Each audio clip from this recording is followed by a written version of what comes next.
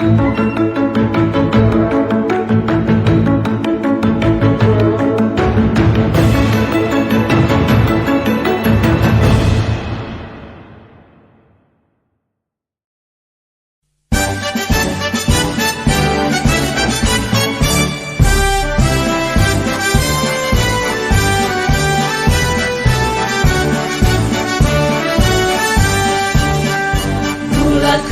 tekad, kuatkan hati, negeri ini memanggilmu kawan, belajar berke. Assalamualaikum warahmatullahi wabarakatuh. Tabipun. Salam dan bahagia Bapak Ibu guru hebat. Saya Putriana Azri Wahyuni, calon guru penggerak angkatan 10 dari SMK Negeri 1 Kota Bumi. Pagi ini saya tidak sendirian, saya bersama rekan saya, Ibu Yuliasari SEMM. Selamat pagi Ibu. Pagi Bu Putri. Bagaimana Bu kabarnya hari ini? Alhamdulillah baik Bu Putri. Baik Bu, pertemuan kita pada pagi hari ini. Hari ini kita akan melaksanakan pra-observasi. Pra-observasi ini percakapan di mana kita melaksanakannya sebelum melakukan observasi pengamatan saat kegiatan pembelajaran di kelas nanti. Begitu ya Bu. Kita hari ini melakukan pra-observasi sebagai persiapan awal sebelum nantinya Ibu melaksanakan kegiatan pembelajaran di kelas. Sebelumnya saya ingin bertanya dulu Bu, ada beberapa pertanyaan yang akan saya tanyakan. Yang pertama berkaitan dengan tujuan. Kira-kira tujuan pembelajaran apa yang ingin Ibu capai dalam pembelajaran Ibu nanti? Tujuan pembelajaran yang ingin saya capai itu pertama menjelaskan persamaan sektor publik dan sektor swasta. Untuk yang kedua tujuan pembelajarannya itu menjelaskan perbedaan antara sektor publik dan sektor swasta. Oke, berarti di sini pembelajaran yang akan dilaksanakan nanti tujuan pembelajarannya adalah mengenai sektor publik dan sektor swasta. Begitu ya Bu. Ada dua ya Bu tujuannya di sini ya. Lalu bagaimana dengan area pengembangan yang Ibu capai saat nanti ketika ada di dalam kelas? Area pengembangan yang ingin saya capai adalah keterampilan siswa dalam aktif di dalam kelas saat pembelajaran. Iya. Selain itu ada lagi Bu, selain keterampilan siswa? Siswa aktif dalam pembelajaran, penuh rasa percaya diri di pembelajaran. Oke.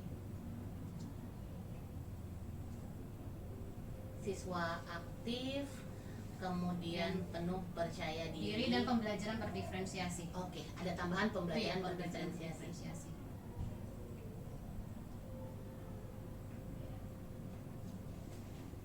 Baik, berarti area pengembangannya keterampilan siswa dengan keaktifan siswa, kemudian ada tambahan pembelajaran diferensiasi yang dilaksanakan di dalam kelas ya Bu. Kemudian selanjutnya Bu, yang ingin saya tanyakan, area pengembangan tadi sudah ya Bu, rancangan pembelajaran khususnya strategi Bu. Kira-kira nanti strategi apa yang akan Ibu gunakan saat pembelajaran di kelas? Strategi pembelajaran yang akan saya gunakan adalah pembelajaran berdiferensiasi berdasarkan gaya belajar siswa. Di situ dilihat dari pembelajaran sosial emosional ya. Dan saya akan membuat pembelajaran itu menggunakan media video atau PPT. Di sana memiliki gaya ya, untuk anak-anak yang memiliki gaya belajar berbeda-beda. Sepertinya diferensiasi tadi ya Bu ya. Iya, ada video, ada PPT. Oke, baik. Nah, bagaimana dengan media pembelajaran Bu yang nanti akan digunakan? Berkaitan dengan area tadi, saya menggunakan media pembelajaran itu proyektor, terus itu buku siswa, buku paket siswa dan gawai siswa yang mereka bawa. Oke. Proyektor, buku paket dan gawai milik siswa masing-masing ya. Baik. Lalu dengan semua yang Ibu sampaikan tadi, kira-kira kapan Ibu akan melakukan kegiatan pembelajaran tersebut? Mungkin akan saya lakukan di minggu depan ya Bu, di jam pelajaran saya di hari Selasa tanggal 20 Agustus tanggal 20 Agustus 2024 Ibu. Oke, itu di jam keberapa Bu? Di jam pertama. Selasa 20 Agustus di jam pertama. Kalau boleh tahu di kelas apa, Bu? Kelas 11 AKL 2. 11 AKL 2.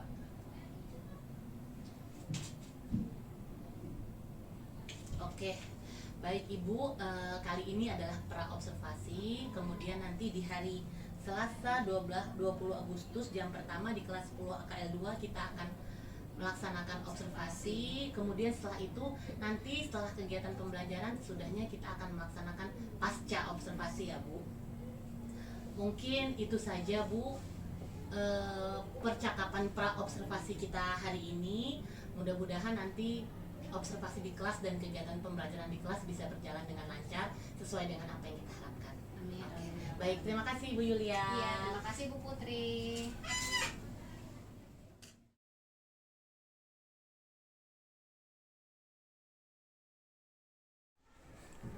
Assalamualaikum warahmatullahi wabarakatuh. Waalaikumsalam warahmatullahi wabarakatuh.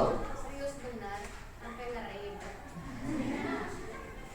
Udah doa belum? Doa dulu. Ayo, siapa yang mimpi doa? Semua siap. Untuk mengawali kegiatan kita pada hari ini, berdoa menurut agama dan kepercayaannya masing-masing. Berdoa mulai.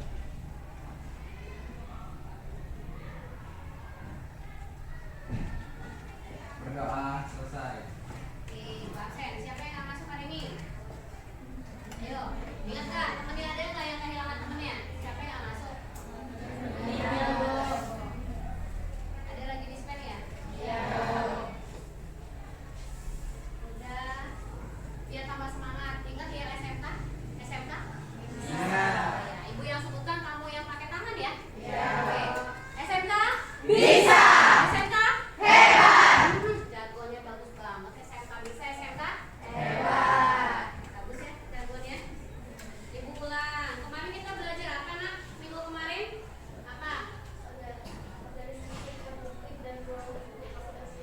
Organisasi sektor publik dengan lingkup dan pemerintahan. Ada yang ingat nggak perbedaan sektor publik dengan sektor swasta? Ayo apa? Sektor publik itu nirlaba dan terbuka untuk publik, sedangkan sektor swasta itu tertutup dan mengambil keuntungan atau laba. Iya, untuk sektor keuangannya ya. Ada yang mau menambahkan? Ayo, nggak ada? Oke, kita masuk ya. Coba Ibu buka lagi, kita masuk ke tujuan pembelajaran kita untuk di hari ini. Ada 18, tapi bukan untuk hari ini. Tujuan pembelajarannya, ada yang bisa sebutkan 1 sampai dengan 4? Ayo. Ada yang bisa sebutkan? Bacakan 1 sampai 4 tujuan pembelajarannya. Ayo. Ya. Ya lagi, yuk silakan. Ayo, apa? Tujuan pembelajarannya 1 sampai 4 kita hari ini apa? Yang pertama mendefinisikan sektor publik, kedua menjelaskan bersama sektor publik dan sektor swasta, tiga menjelaskan perbedaan sektor publik dengan sektor swasta, dan yang keempat menjelaskan komponen lingkungan sektor publik. Oke, hari ini tuh sampai di 4 dulu. Jadi mendefinisikan sektor publik, menjelaskan persamaan sektor publik, sama yang disebutkan teman tadi, sampai dengan menjelaskan komponen lingkup sektor publik. Coba kita lihat nih, ada sedikit materi tadi. Di sini ya. Tuh. Konsep dasar akuntansi pemerintah ada di sini semua.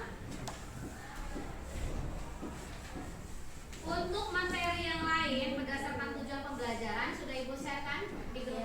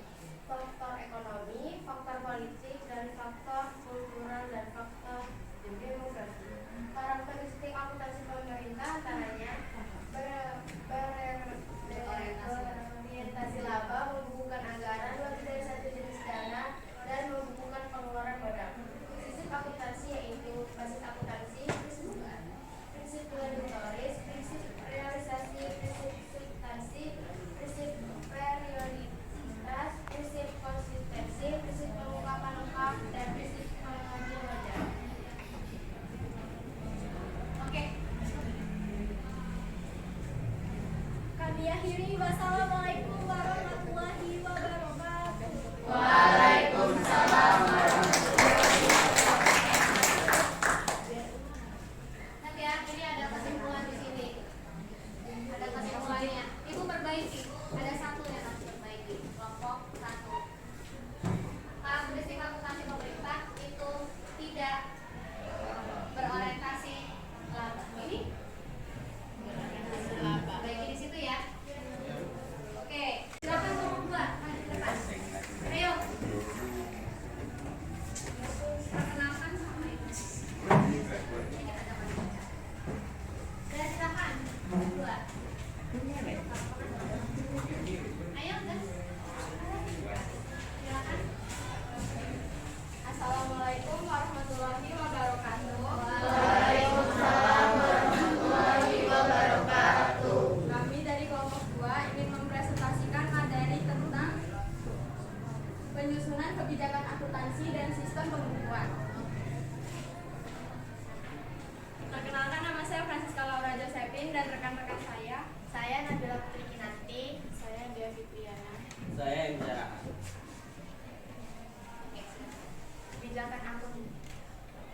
Kebijakan akuntansi merupakan prinsip-prinsip, dasar-dasar, konvensi-konvensi, aturan-aturan, dan praktik-praktik spesifik yang dilakukan oleh suatu entitas pelaporan dalam menyajikan dan melaporkan keuangan.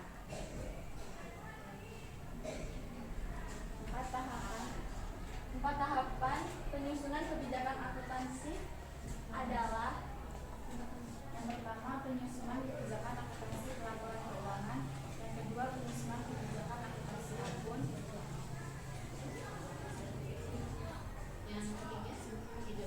yang ketiga, tujuan laporan keuangan pemerintah; yang keempat, peranan laporan keuangan pemerintah. Sistem pembukuan akuntansi pemerintahan terdiri atas pembukuan tunggal atau single entry dan juga pembukuan berpasangan atau bisa disebut double entry. Kesimpulan 1, kebijakan akuntansi ini untuk mengatur penyajian dan pengungkapan yang diperlukan pada catatan atas laporan keuangan. Dan kebijakan akuntansi ini harus diterapkan pada laporan keuangan untuk tujuan umum oleh entitas akuntansi dan entitas laporan. Kesimpulan kedua, mencatat semua transaksi keuangan yang terjadi dalam suatu entitas atau organisasi dan mempermudah organisasi untuk perusahaan dalam mengobrol setiap pencatatan transaksi keuangan karena sistem ini lebih efektif dan efisien. Sekian presentasi dari kelompok kami ucapkan terima kasih. Oke.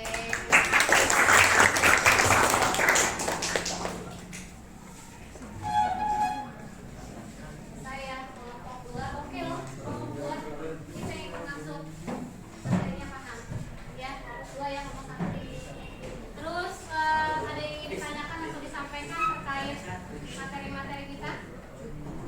Cukup? Oke ya, silakan kalian melanjutkan untuk materi berikutnya. Laporan catatan akuntansi keuangan dengan sistem pembukuan. Ibu akhiri, wassalamualaikum warahmatullahi wabarakatuh. Waalaikumsalam warahmatullahi wabarakatuh.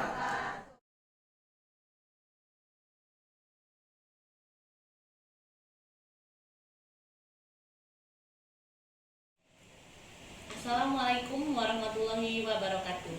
Tabi pun, jumpa lagi dengan saya Putriana Azri Wahyuni, calon guru penggerak angkatan 10 dari SMK Negeri 1 Kota Bumi, Lampung Utara.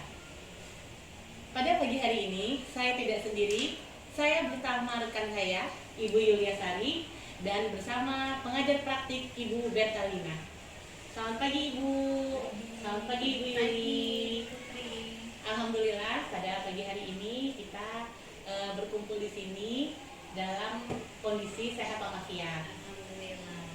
Dan pagi ini ya Bu Yuli, kita langsung saja saya akan melaksanakan perbincangan pasca observasi. Bulan lalu, beberapa hari lalu ya Bu Yuli ya, kita sudah melaksanakan pra-observasi dan observasi di kelas bersama tentu saja bersama Bu Yuli dengan mata pelajaran Praktikum akuntansi ya, lembaga. praktikum akuntansi lembaga. Bagaimana perasaan Bu Yuli ketika melaksanakan pra-observasi dan observasi? Awalnya merasa gugup Bu, mungkin karena tidak terbiasa Iya. ada yang ikut di dalam proses pembelajaran. Iya. Tapi lama-lama merasa senang dan jadi biasa Bu. Rasanya Jadi- mengalir aja biasa. Mengalir ya Bu. Kemudian saat kita pelaksanaan observasi kemarin, bagaimana dengan area pengembangannya Bu? Area yang dikembangkan itu adalah keaktifan siswa ya Bu, Iya. dengan pembelajaran berdiferensiasi. Di sana dilihat apakah karena area pengembangan adalah keaktifan siswa, maka saya fokus untuk bagaimana siswa itu bisa berinteraksi secara aktif pada saat proses pembelajaran. Dan karena ada pembelajaran berdiferensiasi juga saya akan melihat apakah saya sudah menerapkannya di kelas dengan pembelajaran berdiferensiasi terhadap siswa-siswanya, terhadap siswa saya. Menurut Ibu saat pelaksanaan kemarin sejauh mana keberhasilan kegiatan pembelajaran saat di kelas? Alhamdulillah berhasil. Hanya siswa juga ikut aktif di proses pembelajarannya.